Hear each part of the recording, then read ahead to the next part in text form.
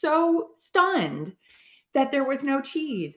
I remember thinking that was a completely ridiculous reaction to forgetting something on the grocery shopping list. And I was like, why? Or I don't know that I necessarily thought, why did I do that? But it was just, this doesn't work. Something needs to change.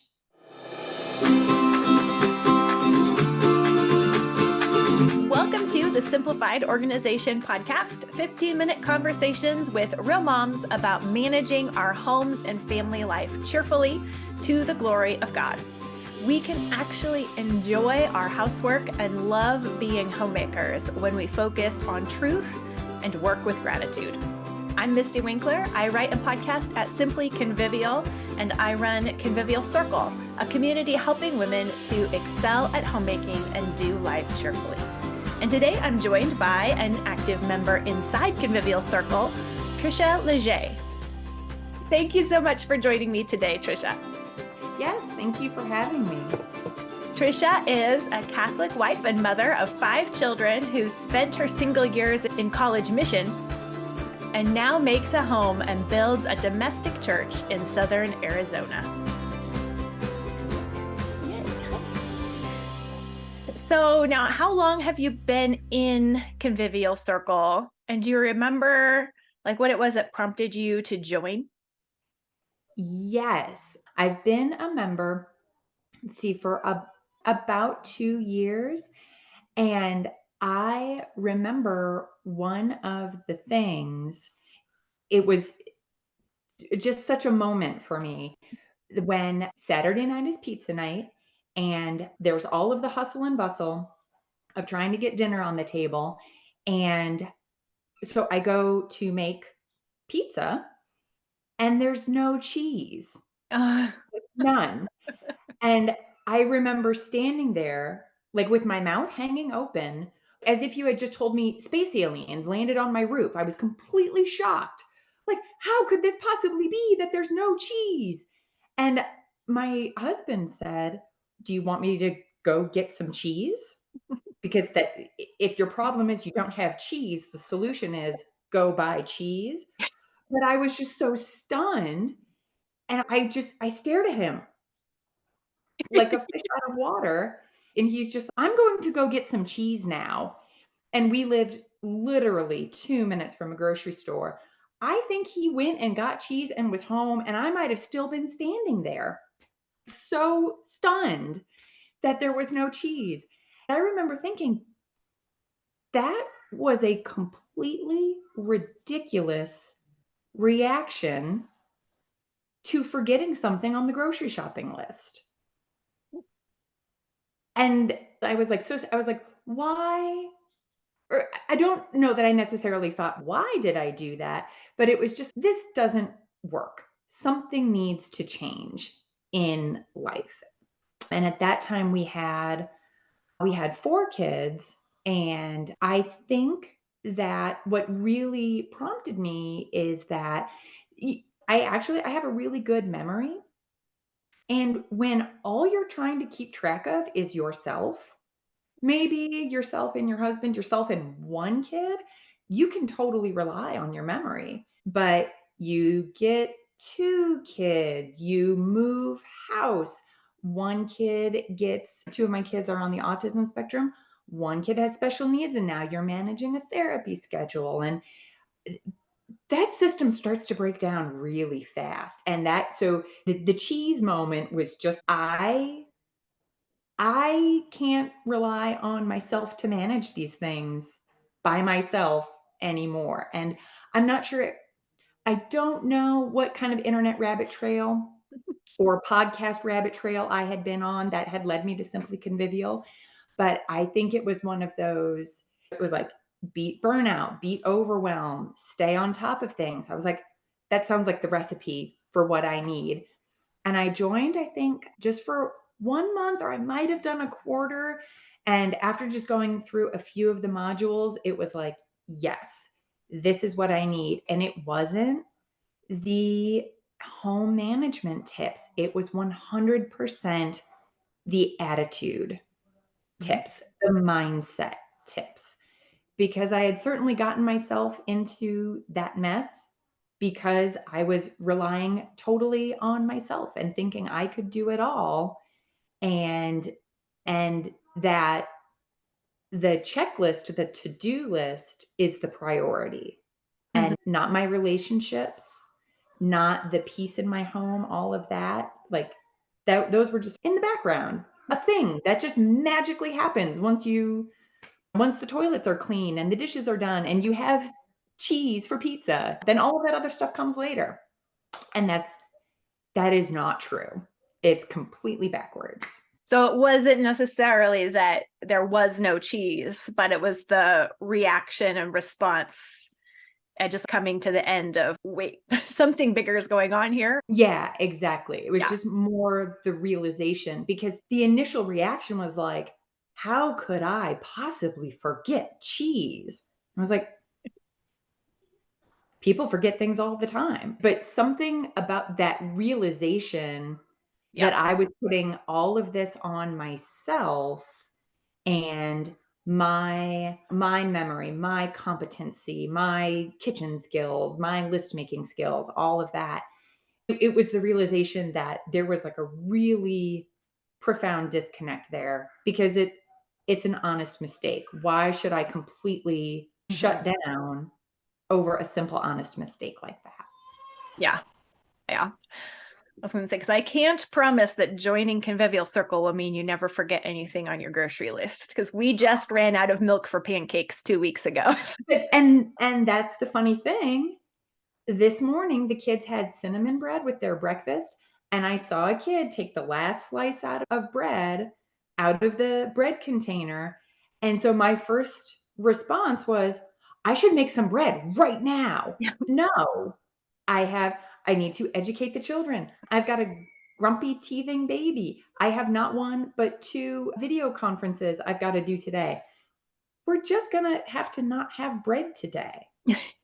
And that's fine. That is that attitude piece. That's whoops, we're out of bread. And that's okay. There is a solution for that later. Yeah. Not everything is a crisis. So that segues into talking about the weekly review really well. So we just did a masterclass inside Convivial Circle called the Mom's Weekly Review. And one reason why I knew I wanted to have you on the podcast is because you came to every accountability meetup very consistently. And so I wanted to just talk about what you were working on as you practiced the weekly review and what kind of insights about it you had as you practiced it. Yeah, no, that masterclass was super helpful. And I think one of the things that I was working on, and this has always been my temptation, is I'm a crammer. It's like I'm going to cram as much in to the calendar as I possibly can. Oh, look, I've got 30 free minutes. I could totally run two errands in that time. And then one is stressed out, and then I'm barking at the kids, and then dinner is late or it's in the drive-through, and then it's like a moral failure. Right. Like this is I have ended up in this position because I have done something wrong, like that kind of negative feedback loop. And so going through the weekly review masterclass, what I really wanted to look at was how am I planning? How am I looking at my calendar in such a way that I think every speck of time needs to be stuffed so full of things? And realizing that again, if it's just me, if I think, oh, I need to go to the post office, I'm going to the post office in as quickly as I can get my shoes on. If I need to go to the post office and get 5 children in the van, I basically just filled our whole afternoon because I needed stamps. What I really wanted to be working on is how can I be looking at my plan and planning for margin?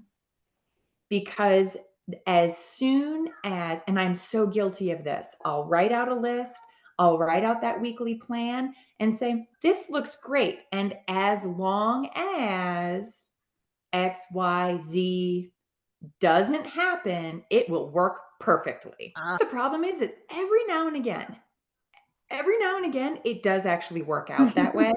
And so then, aha, this is how things go. Yes.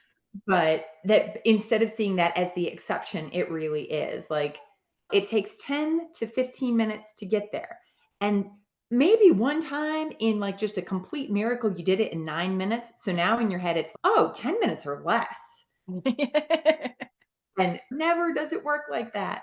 And one of the things I was also working on was trying to, there's like the planner components. You need a calendar, you need a place to make your notes, you need a place for your routines, things like that. I noticed that those things were getting, for me, muddled together. And so I wanted to really zero in and focus on each component. And that's also been really helpful in finding the margin by keeping things separated out. Like I'm going to just look at my calendar, make sure it's up to date, anything upcoming, any sticking points, and then my calendar is done. And then, so for my weekly review, I'm not trying to add in appointments or update things or whatever. That review time is looking at what is already planned or organized. The longer I sit in review time, the more wishful thinking, Yes. stuffing, cramming I get into. So I would say that would probably be one of my number one tips is keep your review short. Like this is just quick checks, quick updates. Because the longer you sit there, it's what if I move this around and I could fit something in here? And then all of a sudden, you've way overloaded yourself. Or I have way overloaded myself. Maybe nobody else does this. So, what I have found is that I've gotten into a much better rhythm of taking a few minutes to really tighten up the calendar. And then the calendar is good.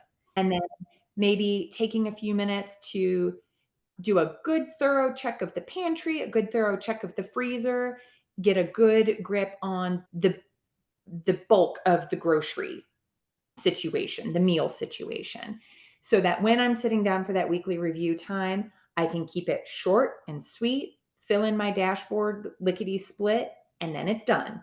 And then I slap it on the fridge and walk away. It is amazing how much like any task expands to fill the time given it, which is a temptation when maybe for those who might feel like, oh, I need lots and lots of margin, then things are going to take lots and lots of time. That's what you give it. But there is the opposite problem, which I definitely also fall into of just saying, I can also do that. I can also do that.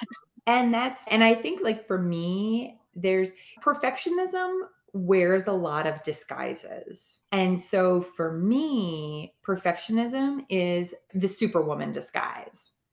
Yeah. And my default, yes, I can do it. All the things, 10 things at once, 3 things in different parts of town, all at the same time. I'm there for it.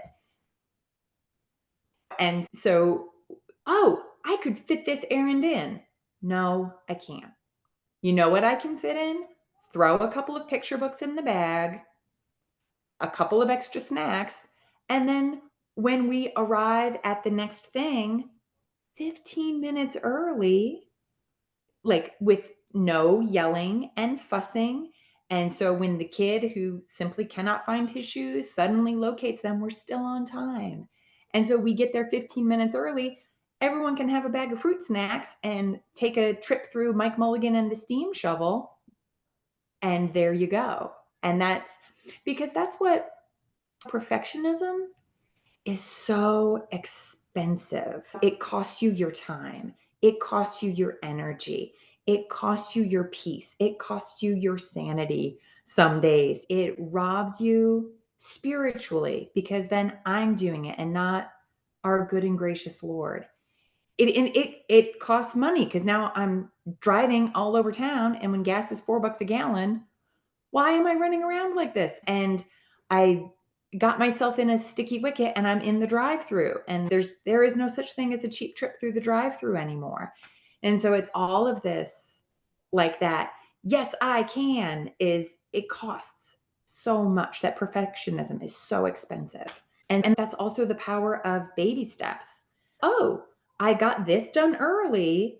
So instead of trying to cram in a full-size project into this window, like, what can I do in just 5 or 10 minutes before it's time to move on to the next thing? So, Yeah. like, really getting to the practice of breaking things down to fit the window you've got. What's the expression? You've got to cut your coat to fit your cloth. And it's like, if I've got 30 minutes, no, I cannot declutter a closet in 30 minutes. But I could do maybe one shelf in the closet, or I could go through just the hanging clothes or things like that. So shrinking your jobs to fit your time and not the other way around. So yeah, valuing that 5 or 10 minutes is actually worth something was a big part of that for me. Oh, yeah. Oh, it doesn't really count unless it's a full-size project. And to say, no, actually, even if I just put 5 or 10 minutes into this, I'll be making progress and it will count because I'm going Yes, to count it. 100%. And especially when you get to the end of the day. If you were working outside the home and then you get home, or if you were home homeschooling all day, or whatever it was, 10 a.m. you thinks it's ridiculous to wash 3 dishes. 9 p.m. you wishes 10 a.m. you was a little more ridiculous. So you have to think about 9 p.m. you. Like, is 9 p.m. me going to be happy about this choice?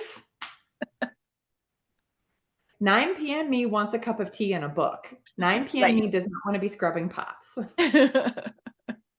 That's a great point. Thank you so much for joining me, Tricia. This has been a great conversation that I know will encourage a lot of other moms too, because we are not the only ones. No, there's at least one other one out there. I'm confident. Hopefully she'll see it. And that's it for this episode of the Simplified Organization Podcast. Do you know what to do when you feel overwhelmed? A weekly review is the foundational baby step that you need to combat open loops in your life. It might not seem like a baby step, but as Tricia mentioned, a short weekly review is actually better than a long one. But a weekly review can feel like a vague and mysterious process where you're not ever sure if you're doing it right. That's why I have the Mom's Weekly Review Masterclass. All members of Convivial Circle have anytime access to this 5-week masterclass, but we'll be working on it together with extra accountability starting December 1st. Having a weekly review in place is a great way to begin the new year. So to do the Mom's Weekly Review Masterclass with us in December, you can enroll in Convivial Circle or register just for the masterclass itself. Either way, check it out at simplyconvivial.com/review. That's simplyconvivial.com/review. A weekly review can be a key step in helping you make it a habit to repent, rejoice, repeat.